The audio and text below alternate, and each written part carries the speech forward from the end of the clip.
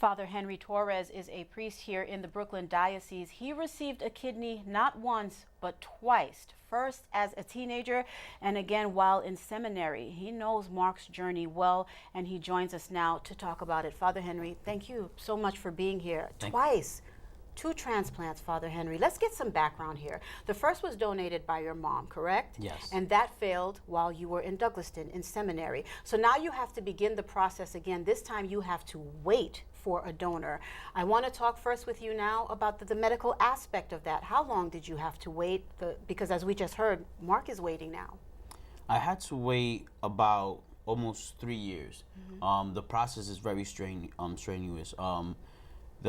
They have to make sure that not only are you a match, but that the donor will not be in risk, in immediate risk, in danger, or in future risk and danger. So, I mean, it's a very strenuous and very long process to make sure that the donor is healthy and that you will be healthy, and so would they afterwards. Let's delve into that even a little bit deeper. The troubles went just beyond finding this kidney. What type of physical aspects were you dealing with, physical ailments waiting to get that life-saving kidney? Your kidneys fail. The majority of people with that kind of failure can't urinate.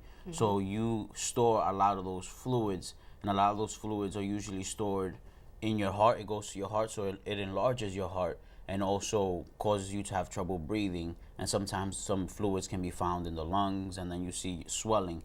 So it's dangerous. It's dangerous if you aren't careful with the fluid intake, and if you aren't faithful to your dialysis treatment. Now, you're fortunate enough, thank God, to have found a second kidney. Mark, we pray, will find a kidney as well. So talk to us about the recovery. What happens after the transplant? What should he expect? He should, one of my things is you have to stay faithful to your medication and to everything the doctor tells you to do in terms of diet, in terms of when you're supposed to take your medication. The recovery, it's slow, but you have to be patient. It's constant. You're Yes. still in recovery. You still have Absolutely. to maintain, correct? Let's talk about your faith. How important was that as you waited, when you received, now that you're in the recovery phase, especially since you were in seminary, you're trying to fulfill your vocation. What role did it play? A major role.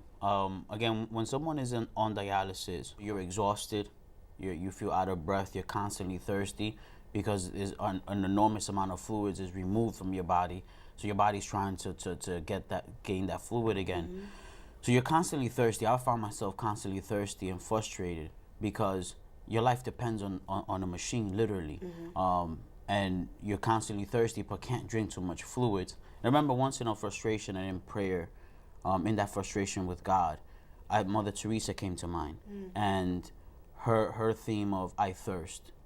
And I mean, I get goosebumps just thinking about it, and just saying, like, if this is the thirst of Christ, or a little bit or a portion of Christ's thirst on the cross for souls, and there's a lot that needs to be done. Father Henry, very, very quickly, you just heard Mark's story. He's going through so much right now. What advice would you give him? 30 seconds.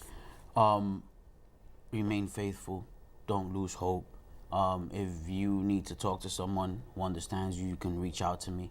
But don't lose hope. If you want other advice of where can you go from here to also have other options of looking for kidneys, I'm here for you.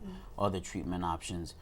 You're not alone, and that's something I would tell him. Hopefully he gets encouragement seeing you here, sitting here, healthy and faithful, and offering your support. Thank you so much, Father Henry. You're very welcome. Thank you for having me.